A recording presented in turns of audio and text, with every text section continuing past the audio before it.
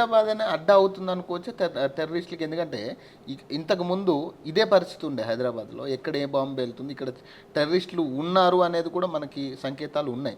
So ఇప్పుడు అదే పరిస్థితి కనపడతా ఉందా? టెర్రరిస్టులు దీన్నే అడ్డాగా చేసుకుని ఇక్కడి నుంచే నడుపుతున్నారు అనుకోవచ్చు. ఒక భయం అనేది అయితే ఉంది, ఒక హైదరాబాదీగా నాకైతే భయం ఉంది. ఇంతకు ముందు కూడా బాంబు పేలుళ్ళు అయినాయి, గోకుల్ దగ్గర దిల్షునగర్లో బాంబులు పేలాయి, భయపడ్డాం. ఇప్పటికీ కూడా భయం ఉంది. దానికి కారణం ఒక కార్పొరేటర్గా 2 సంవత్సరాల క్రితం మేము వెళ్ళి డెత్ సర్టిఫికేట్స్, బర్త్ సర్టిఫికేట్స్లలో లోపాలు ఉన్నాయి, ఎవరికి పడితే వాడికి వచ్చి ఆధార్ కార్డు అవన్నీ ఇచ్చేస్తున్నారు అని చెప్పి మేము చెప్పాం, ఓపెన్గా చెప్పాం. రోహింగ్యాలు తిరుగుతున్నారు మన హైదరాబాద్ చుట్టుముట్టు, తెలియని మొహాలు, వాళ్ళ భాష తెలియదు, వాళ్ళు తెలియదు, తిరుగుతున్నారండి అని చెప్పి కంప్లైంట్స్ ఇచ్చాం. ఎవడు కూడా పట్టించుకోకపోతే ఎట్లా? నిన్ననో మొన్ననో బడంగ్పేట్లో ఒక మున్సిపాలిటీలో బంగ్లాదేశీ అతనికి మన ఆధార్ కార్డు ఇచ్చారు, సస్పెండ్ చేశారు ఆఫీసర్ని. నువ్వు వాడు దొరికాడు కాబట్టి నువ్వు సస్పెండ్ చేయవు. దొరకని వాళ్ళు ఎంతమంది ఉన్నారు అలాంటి దొంగలు? దొరికిన వాడు సరే పట్టుకున్నాం, దొరకని వాడు దొరనే కదా. మళ్ళీ వాళ్ళ సంగతి ఎలా? అట్లా వాడు ఎంతమందికి ఎన్ని ఆధార్ కార్డులు ఇచ్చాడు, ఎంతమందికి ఎలక్షన్ ఐడీలు వచ్చాయి, ఎంతమందికి రేషన్ కార్డులు వచ్చాయి, ఎంతమంది మంచిగా వ్యాలిడ్గా మన దేశంలో బతుకుతున్నారు, వాళ్ళకు ఉగ్రవాద చర్యతో సంబంధం లేదు అని అంటే ఎవరు ఒప్పుకుంటారు? బతుకుదెవరు కోసం వచ్చినోడు లీగల్గా వీసా తీసుకొని రావాలి. నువ్వు లీగల్గా వీసా తీసుకొని రాకుండా దొంగతనంగా ఏజెంట్స్ తోటి నువ్వు అన్నీ తీసుకుంటున్నావు అంటే నీ దాంట్లో ఏదో తప్పుడు ఆలోచన ఉందంటే కదా. మళ్ళీ అలాంటి వాళ్ళకి ఇక్కడ ఉన్న వాళ్ళు ఏం చేస్తున్నారు? ఈ రోజు కూడా దాదాపు 3000 పైచీలకు ఎంతమందో పాకిస్తానీలు ఇంకా హైదరాబాద్ లో ఉన్నారు, వాళ్ళని పంపిస్తున్నామంటూ కూడా ఒక వార్తలు రావడం జరిగింది. మీరేం చెప్తారు దీనికి? అంటే ఇప్పటి వరకు వాళ్ళు ఉంటున్న విషయం కూడా మనకి తెలియని విషయం, అంటే బేసిక్ ఇప్పుడు బయటకు వచ్చిన విషయం. ఎందుకంటే ఈ 3000 మందేనా, లేదంటే మీరు అంటున్నట్టుగా ఫేక్ సర్టిఫికేట్లు తీసుకుని ఇంకా ఉండే ఛాన్స్ ఉందా? మీరేం చెప్తారు? నాకు తెలిసినంత వరకు ఫేక్ సర్టిఫికేట్లు తీసుకొని ఒక ముసుగులో ఉండేవాళ్ళు మన హైదరాబాద్లో చాలామందే ఉన్నారు. మన హైదరాబాద్లో, వెస్ట్ బెంగాల్లో, మమతా బెనర్జీ ఉన్న ఏరియాలలో, స్టాలిన్ ఇప్పుడు ఉన్న దగ్గర, ఇట్లాంటి దగ్గరలో ఉగ్రవాదులు ఉన్నారు. దానికి కారణం ఇక్కడ ఉన్న లీడర్లే. రజాకార్ల వారసులు ఎవరైతే ఎంఐఎం ఓవైసీ బ్రదర్స్ ఉన్నారో అట్లాంటి రజాకార్ల వారసులు ఇదంతా తీసుకొచ్చి మన నెత్తిన పెడుతున్నారు. వక్ఫ్ బోర్డ్ భూముల కోసం బడా బడా మాటలు మాట్లాడాడు. అరే వక్ఫ్ బోర్డ్ భూములు గుంజేసుకుంటున్నారు, మేము బైచారా అని అంటే వీళ్ళు ఇట్లా చేస్తున్నారు అని అంటాడు. మళ్ళీ బైచారా అనేటోళ్ళు కనీసము హైదరాబాద్లో బతుకుతూ, హైదరాబాద్లో ఉంటూ, పుట్టి పెరిగింది హైదరాబాద్లే, వాళ్ళ అయ్య తాత ముత్తాత అందరూ హైదరాబాద్ వాళ్ళే, కనీసం తెలుగు మాట్లాడడానికి రాదు అని అంటే ఇక్కడ పుట్టి పెరిగిన మన తెలుగు వాళ్ళకి వాళ్ళు ఏం గౌరవం ఇస్తున్నారండి? ఆ గౌరవంలోనే అర్థమైపోతుంది కదా వాళ్ళ క్యారెక్టర్ ఏంది.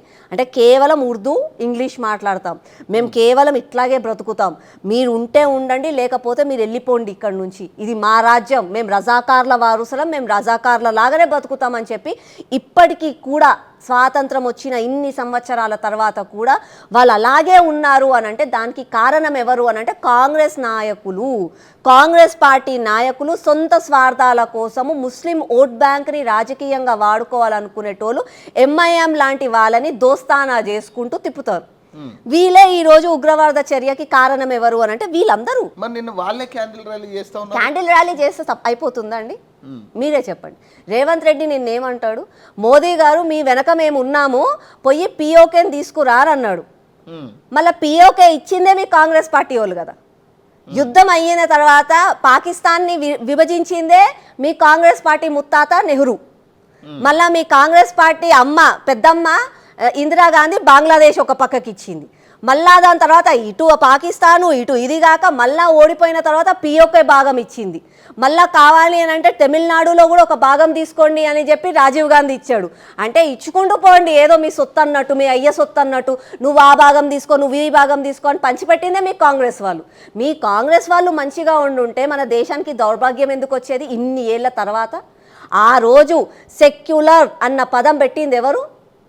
నెహ్రూ. సెక్యులర్ అంటే ఏంది? హిందూ, ముస్లిం, క్రిస్టియన్, ఇసాయి, సిక్ అందరూ ఒకటే. కానీ ఇది అందరం ఒకటేనా అండి? అందరం ఒకటేనా అండి? మీరే చెప్పండి ఓపెన్గా. మొన్న చిలుకూరు బాలాజీ టెంపుల్లో ఒక దాడి జరిగింది. ఆ రోజు అక్కడ ఉన్న పంతులు గారిని ఎంఐఎం వాళ్ళు కలిశారు. కాంగ్రెస్ పార్టీ రేవంత్ రెడ్డి అయితే హడావిడిగా ఫోన్ చేసిండు, కేటీఆర్ పోయి కలిసిండు, ఎంఐఎం లీడర్లు పోయి కలిసిండు, అన్ని ఎన్జిఓలు ఆలు వీలు పోయి అందరూ కలిసిండు. అదే సికింద్రాబాద్లో దానికంటే ఒక 3 నెలల ముందు సికింద్రాబాద్లో ముత్యాలమ్మ గుడిని ఒక అతను వచ్చి ముస్లిం వ్యక్తి వచ్చి అమ్మవారిని తన్ని అమ్మవారి విగ్రహాన్ని మొత్తం విరగ్గొట్టేసి అక్కడ నానా రభస చేసి వెళ్ళిపోయాడు. దానికోసం రేవంత్ రెడ్డి మాట్లాడలే, కేటీఆర్ మాట్లాడలే, ఎంఐఎం లీడర్లు మాట్లాడలే, ఈ సూడో సెక్యులర్ ఎవరైతే ఎన్జిఓలు కలుపుతారు వాళ్ళు మాట్లాడలే, ఎవ్వడు మాట్లాడలే. ఎందుకు మాట్లాడలే? ఆ రోజు చిలుకూరులో ఆ స్వామీజీని ఆ పంతుల్ని దాడి చేసింది హిందూ దాడి చేసుకుంటే మధ్యలో వస్తారు పెద్ద లీడర్ల లాగా. అదే ముస్లిం దాడి చేస్తే మాత్రం మాట్లాడరు. ఎందుకు మాట్లాడరు అంటే ఇక్కడికి వచ్చేవరకు ధర్మం అడ్డం వస్తుంది. ఇక్కడికి వచ్చేవారికి అరే హిందువులే కదా, హిందువులు విలన్లు అని చెప్పి మనని విభజించడానికి ప్రయత్నిస్తారు. ఇక్కడ మాత్రం ఒక ముస్లిం దాడి చేశాడంటే కనీసం ఖండిస్తాను అన్న నోరు రాలే రేవంత్ రెడ్డికి. అరే నువ్వు ముఖ్యమంత్రిగా ఉన్నావు, నువ్వే హోంశాఖ మంత్రి, నీ సంకననే ఉంది, ఒకడు వచ్చి దాడి చేశాడు గుడికి అంటే కనీసం నేను ఈ తప్పుడు దాడిని నేను ఖండిస్తున్నాను అని ఒక మాట మాట్లాడలేదు. వీలా సెక్యులరిజం గురించి, వీలా బైచారా గురించి మాట్లాడేది. క్యాండిల్లు పట్టుకోగానే న్యాయం చేస్తామనడం కాదు, ఫస్ట్ నరకంగా చేసింది వీళ్ళే తప్పు చేస్తున్నారు. ఇప్పటికైనా నరేంద్ర మోదీ గారు ఏవైతే చట్టాలు తీసుకొస్తున్నామో దేశ ప్రయోజనాల కోసం చేస్తున్నారో ఒక పార్టీగా కాకుండా మంచిగా ఆలోచించి ఇప్పటికైనా సపోర్టు చేసి మన దేశం మనది, మన దేశంలో ఉన్నవాడంతా మనవాడు అన్న ఆలోచనలో ముందుకెళ్తే మన దేశం మంచిగా ఉంటుంది. వక్ఫ్ బోర్డ్ సవరణ చేశారండి. వక్ఫ్ బోర్డ్ అసలుకి ఏందండి? వక్ఫ్ బోర్డులో ఒక భూములు ఒకరికి, ఫర్ ఎగ్జాంపుల్ నేనున్నాను, నా భూమి నా తర్వాత కూడా వక్ఫ్ బోర్డ్కి అంటే ముస్లిమ్స్కి సమాజంలో సేవ చేయడానికి చెందుతుంది అని చెప్పి నేను దాన ధర్మాలు చేయొచ్చు. అంటే ఆ వక్ఫ్ బోర్డులో ఉన్న భూమి అంతా మద్రాసాలకు, మస్జిద్లకి, మాస్కులకి, దాంతోపాటుగా వితంతులు, ముస్లిమ్స్లలో వితంతులు, ఆర్ఫనేజ్లు, పిల్లల చదువులకి, వాటికి వీటికి ఉపయోగపడడానికి ఉన్నది వక్ఫ్ బోర్డ్ భూములు. కానీ అంటే సవరణ అనేవాడు ఎక్కడ యూజ్ చేయట్లేదు. ఇప్పుడు ముస్లిమ్స్ కూడా ఎవరైతే ధర్నాలు చేసినా, నిరసనలు తెలిపినా ఎవరైనా కూడా ఇది రద్దు చేస్తున్నారనే భావనలోనే వాళ్ళు మాట్లాడుతూ ఉన్నారు. మీరేం చెప్తారు? దానికి కారణం ఈ రజాకార్ పుత్రులు, ఎవరు ఎంఐఎం, ఓవైసీ లాంటి వాళ్ళు. ఎక్కడ వీళ్ళు కాజేసిన ఖజానా బయటికి వస్తుంది, ఎక్కడ వీళ్ళు దానిపైన గుంట నక్కలు లాగా ఏళ్ల తరబడి తింటున్నారో అది బయటికి వస్తుంది. పేద ముస్లిం ప్రజలే వీళ్ళని ప్రశ్నిస్తారు కాబట్టి డైవర్షన్ చేయాలి. ఎప్పుడైనా సరే వీళ్ళు ఎట్లా అంటే భావోద్వేగాల పైన ఆటలు ఆడాలి, అరే మన అది గుంజుకుంటారు ఇది గుంజుకుంటారు అని చెప్పి పాపం పేద ప్రజలను, ముస్లిం ప్రజలను రోడ్ల మీదకి తీసుకురావాలని చెప్పి తప్పుడు మాటలు మాట్లాడి ఈరోజు ఇవన్నీ చేస్తున్నారు.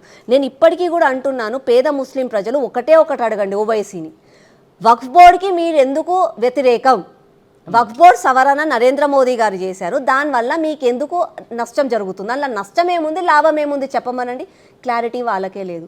సరే వీళ్ళంటే రజాకార్ల పుత్రులు, వీళ్ళంటే రజాకార్ వారసులు, వీళ్ళంటే వక్ఫ్ బోర్డ్ భూములను కాజేయాలని చెప్పి దానిపైన కూర్చున్న వ్యక్తులు కాబట్టి ముస్లిం ప్రజలను మోసం చేస్తున్నారని అనుకుందాం, ఎంఐఎం సోదరులను. మళ్ళీ ఈ కాంగ్రెస్ వాళ్ళకి ఏం పోయే కాలం అండి? కాంగ్రెస్ వాళ్ళు ఎందుకండి దాన్ని సపోర్ట్ చేయరు? కాంగ్రెస్ వాళ్ళల్లో కూడా కొంతమంది ఉన్నారు అందులో.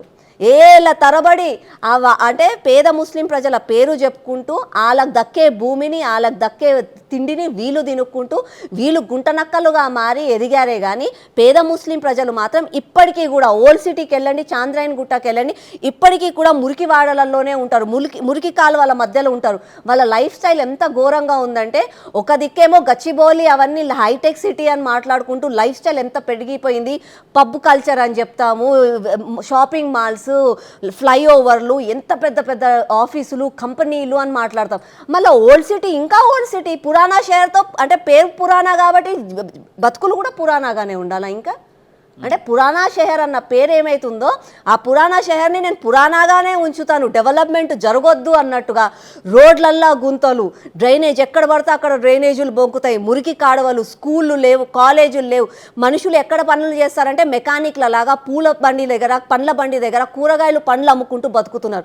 మళ్ళీ అదే ఒక దిక్కు ఓవైసీ బ్రదర్స్ వాళ్ళ పిల్లలేమో లండన్లో ఆడ ఈడ బ్యారిస్టర్ చదువులు వాళ్ళు చదువుతున్నారు. మళ్ళీ వాళ్ళకొక న్యాయం వీళ్ళకొక న్యాయం ఎందుకు అని అంటే నరేంద్ర మోదీ గారిని బూచిగా చూపించడం, ఆర్ఎస్ఎస్ని బూచిగా చూపించడం, మళ్ళీ బీజేపీని బూచిగా చూపించడం. బీజేపీ వచ్చి 12 సంవత్సరాలు అవుతుంది దాదాపుగా దేశంలో. ఎక్కడ అన్యాయం చేశామండి ముస్లిం ప్రజలకి మేము? ఎక్కడ ముస్లిం ప్రజలు అన్యాయం అయ్యారు? వాళ్ళు రోజుకు 5 సార్లు నమాజ్ చదవట్లేదా? వాళ్ళు మాస్కులకు పోవట్లేదా? వాళ్ళు కుర్తా పైజామాలు వేసుకొని రోడ్ల మీద తిరగట్లేదా? వాళ్ళు టోపీలు పట్టుకొని రోడ్ల మీద తిరగట్లేదా? వాళ్ళ హీరోలు సినిమాలు చేయట్లేదా? వాళ్ళ మనుషులే క్రికెట్లు ఆడట్లేదా? వాళ్ళంతలా వాళ్ళు రంజాన్ చేసుకోవట్లేదా? వాళ్ళంతలా వాళ్ళు మిల్ అబ్బి అని చెప్పి మొత్తం ర్యాలీలు చేయట్లేదా మొత్తము గుడిల ముందు వాటి ముందు ఫ్లాగులు చుట్టట్లేదా